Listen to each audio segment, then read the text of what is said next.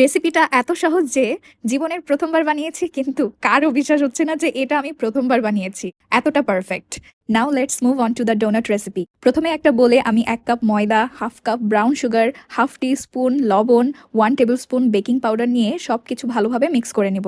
আর অন্যদিকে আমি নিয়েছি হাফ কাপ দুধ, 1.5 টেবিল স্পুন মেল্টেড বাটার আর একটা ডিম। এখন সবকিছু ভালোভাবে মিক্স করতে হবে।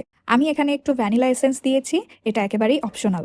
মিক্স করা হয়ে গেলে এখন সেই শুকনো উপকরণের মধ্যে অল্প অল্প করে সবকিছু মিক্স করতে হবে। এবার বলি রেসিপিটা আমি কোথায় পেয়েছি।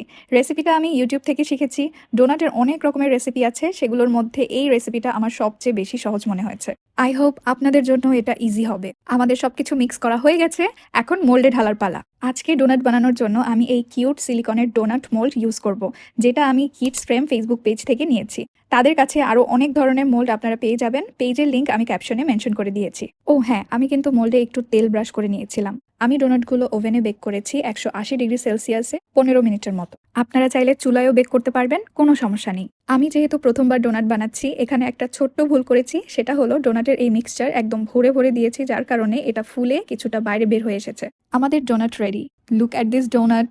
এত সফট আর একদম পারফেক্ট। মানে প্রথমবারেই বাজিমাত যাকে বলে। এখন আপনারা চাইলে পছন্দ মতো চকলেটে কোট করে নিতে পারেন, অথবা ড্রাই ফ্রুটস দিয়ে এটা ডেকোর করতে পারেন। আমি এটা ডার্ক চকলেট মেল্ট করে তারপরে সেখানে ডিপ করেছি। Okay, that's it for today. See you in the next video. Follow just Tommy for more delicious. আল্লাহ হাফেজ।